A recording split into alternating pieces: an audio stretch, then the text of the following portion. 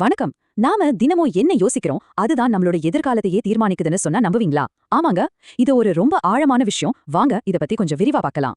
கொஞ்சம் யோசிச்சு பாருங்களேன். நம்ம மனசுல ஓடுற ஒவ்வொரு சின்ன சின்ன எண்ணமும் நம்மளோட எதிர்காலத்துக்கான ஒரு ப்ளூ பிரிண்ட் மாதிரி இருந்தா எப்படி இருக்கும்? அது சும்மா வந்துட்டு போற சிந்தனை இல்ல, நம்ம வாழ்க்கையே செதுக்கிற ஒளி மாதிரி. கேட்கவே ரொம்ப பவர்ஃபுல்லா இருக்குல்ல? இது எதுவும் மேஜிக் இல்ல, இல்லனா ஒரு கற்பனை கதையும் இல்ல. இது ஒரு விதி. ரொம்ப சிம்பிளா சொல்லணும்னா கிராவிட்டி மாதிரி. பூமிக்கு ஈர்ப்பு விசை இருக்குன்னு நம்ம எப்படி நம்புறோமோ, அதே மாதிரி இதுவும் ஒரு பிரபஞ்சத்தோட அடிப்படை விதி. இத மட்டும் நாம சரியா புரிஞ்சுக்கிட்டா நம்ம வாழ்க்கையில எல்லாமே மாறும் பாருங்க. நாம பேசிட்டு இருக்கிற இந்த விதிக்கு பேரு தான் ஈர்ப்பு விதி, அதாவது லா ஆஃப் அட்ராக்ஷன். ரொம்ப சிம்பிளா சொல்லணும்னா லைக் அட்ராக்ட்ஸ் லைக், அதாவது ஒத்தது ஒத்தது ஈர்க்கும். நீங்க எது மேல அதிக கவனத்தை செலுத்துறீங்களோ, நீங்க எதை ரொம்ப ஆழமா உணர்றீங்களோ, அதையே உங்க வாழ்க்கையில ஈர்க்க ஆரம்பிப்பீங்க. உங்க எண்ணங்கள் ஒரு பவர்ஃபுல்லான மேக்னெட் மாதிரி, அது சம்பந்தப்பட்ட விஷயங்களை எல்லாம் உங்ககிட்ட இழுத்துட்டு வரும். சரி, இந்த விதி இவ்ளோ பவர்ஃபுல்லா இருக்குன்னா, ஏன் நம்மள பல பேரால நாம ஆசைப்பட்ட வாழ்க்கையே வாழ முடியல? எங்க தப்பு நடக்குது? ஏன்னா நம்மளுக்கே தெரியாம நாம ஒரு விஷயத்துல மாட்டிக்கிறோம். அது என்னன்னு பார்க்கலாம் வாங்க. நம்மள நிறைய பேரு செய்யற ஒரு பெரிய தப்பு என்ன தெரியுமா?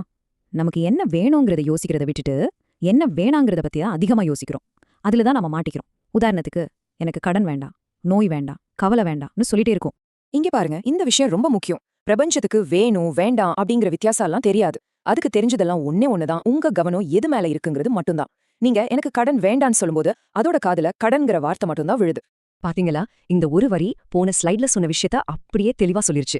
உங்க கவனம் எங்க இருக்கோ உங்க சக்தி அங்கதான் போகும். சோ விஷயமே நம்ம கவனத்தை மாத்துறதுல தான் இருக்கு. சரி, சிக்கல் என்னன்னு பார்த்துட்டோம். அப்போ இதுக்கு தீர்வு இல்லையான்னு கேட்டா கண்டிப்பா இருக்கு. ஒரு சிம்பிளான ஆனா ரொம்ப பவர்ஃபுல்லான 3 ஸ்டெப் ஃபார்முலா இருக்கு. இத வச்சு உங்க எண்ணங்களோட கண்ட்ரோல உங்க கைக்குள்ள கொண்டு வரலாம். அது என்ன ஃபார்முலானா, முதல்ல கேளுங்க, ரெண்டாவது அதை நம்புங்க, கடைசியா பெற்றுக்கொள்ளுங்க. Ask, believe, receive. இந்த 3 தான் உங்க கனவை நிஜமாக்குறதுக்கான ரகசிய வழி. வாங்க ஒன்னொன்னா டீடைலா பாப்போம். மொதல் ஸ்டெப் கேக்குறது. ஆனா சும்மா கேக்குறதில்ல, ரொம்ப ரொம்ப தெளிவா கேட்கணும். உதாரணத்துக்கு, எனக்கு நிறைய பணம் வேணும்னு சொல்றது ரொம்ப பொதுவான ஒரு கோரிக்கை. ஆனா அதுக்கு பதிலா, நான் ஒரு வீடு வாங்கணும், அதுக்கு அட்வான்ஸா ஒரு 5 லட்சம் ரூபாய் வேணும்னு கேக்குறது ரொம்ப தெளிவான இலக்கு. அப்பதான் பிரபஞ்சத்துக்கு நீங்க என்ன கேக்குறீங்கன்னு சரியா புரியும். ரெண்டாவது ஸ்டெப் நம்புறது. இது ஏதோ கண்ணை மூடிட்டு நம்புறது இல்ல. நீங்க ஆசைப்பட்டது உங்களுக்கு கிடைச்சிட்டா எப்படி இருப்பீங்களோ அப்படியே இப்பவே வாழ ஆரம்பிக்கிறது. உங்க ஒவ்வொரு செயல்லையும் பேச்சிலையும் அந்த நம்பிக்கையை காட்டணும். அதை எப்படி செய்யறதுன்னு கேக்குறீங்களா? நீங்க ஆசைப்பட்ட அந்த புது வீட்ல வாழ்ந்தா எப்படி இருக்கும்னு கண்ணை மூடி கற்பனை பண்ணி பாருங்க. எனக்கு நல்ல வேலை கிடைக்கும்னு சொல்றதுக்கு பதிலா, நான் என் புது ஆபீஸ்ல ரொம்ப சந்தோஷமா வேலை செய்றேன்னு நிகழ்காலத்துல பேசுங்க. ஒரு புது உறவை நீங்க எதிர்பார்க்கறீங்கன்னா உங்க பீரோல அவங்களுக்காகவும் கொஞ்சம் இடம் ஒதுக்குங்க. இதெல்லாம் சின்ன விஷயம்தான், ஆனா ரொம்ப பவர்ஃபுல்லானது. இப்போ 3வது ரொம்ப முக்கியமான ஸ்டெப், பெறுதல். இதுக்கு நீங்க செய்ய வேண்டியது ஒன்னே ஒண்ணுதான். நீங்க கேட்ட விஷயம் உங்களுக்கு கிடைச்சிட்டா எவ்வளவு சந்தோஷமா, எவ்வளவு நன்றியோட ஃபீல் பண்ணுவீங்களோ, அந்த உணர்வை இப்பவே இந்த நிமிஷமே உங்க மனசுல கொண்டு வாங்க. உங்க உணர்ச்சிகள் தான் இருக்கிறதுலே பெரிய காந்தம்.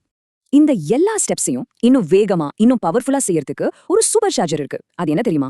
நன்றி உணர்வு, அதாவது கிராட்டிடியூட். இது இந்த முழு ப்ராசஸையும் பல மடங்கு வேகப்படுத்தும். நீங்க எதுக்கெல்லாம் நன்றி சொல்றீங்களோ அது உங்க வாழ்க்கையில இன்னும் அதிகமாகும். நம்ம கிட்ட இல்லாததை பத்தி குறை சொல்றதை விட்டுட்டு நம்ம கிட்ட ஏற்கனவே இருக்கிறதுக்காக நன்றி சொல்ல ஆரம்பிச்சா போதும். பிரபஞ்சம் உங்களுக்கு இன்னும் அதிகமா அள்ளி கொடுக்க ஆரம்பிச்சிடும். நன்றி சொல்றதுன்னா ஏதோ பெரிய விஷயத்துக்கு தான் சொல்லணும்னு இல்ல. ரொம்ப சின்ன சின்ன விஷயங்கள்ல இருந்து ஆரம்பிக்கலாம். இன்னைக்கு உங்களுக்கு பார்க்கிங் ஈஸியா கிடைச்சதா, அதுக்கு ஒரு நன்றி. குடிச்ச காஃபி ரொம்ப நல்லா இருந்துச்சா, அதுக்கு ஒரு நன்றி. ஒரு சின்ன புன்னகை, வெயில் உங்க மேல படுற அந்த இதம், இது எல்லாத்துக்குமே நன்றி சொல்லலாம். இந்த சின்ன சின்ன நன்றிகள் உங்க மனநிலையை உடனே மாத்தும். இப்போ நாம இந்த பகுதியோட முக்கியமான ஒரு முடிவுக்கு வந்திருக்கோம். இதிலிருந்து நீங்க எடுத்துட்டு போக வேண்டிய ஒரே ஒரு விஷயம் என்னன்னா, நீங்க தான் உங்க வாழ்க்கையோட கிரியேட்டர். நல்லா ஞாபகம் வச்சுக்கோங்க, உங்க வாழ்க்கையோட கதை உங்க எண்ணங்கள்ல இருந்து தான் எழுதப்படுது. உங்க கடந்த காலம், உங்க நிகழ்காலம், உங்க எதிர்காலம் எல்லாமே உங்க எண்ணங்களோட பிரதிபலிப்பு தான். நீங்க உங்க எண்ணங்களை மாத்தலாம், உங்க வாழ்க்கையே மாத்திடலாம். அதனால நான் உங்ககிட்ட ஒரு கேள்வியோட முடிக்கிறேன். உங்க கனவு வாழ்க்கையை உருவாக்குறதுக்கு இன்னைக்கு நீங்க எந்த ஒரு நல்ல எண்ணத்தை விதைக்க போறீங்க? அந்த சக்தி உங்க கையில தான் இருக்கு.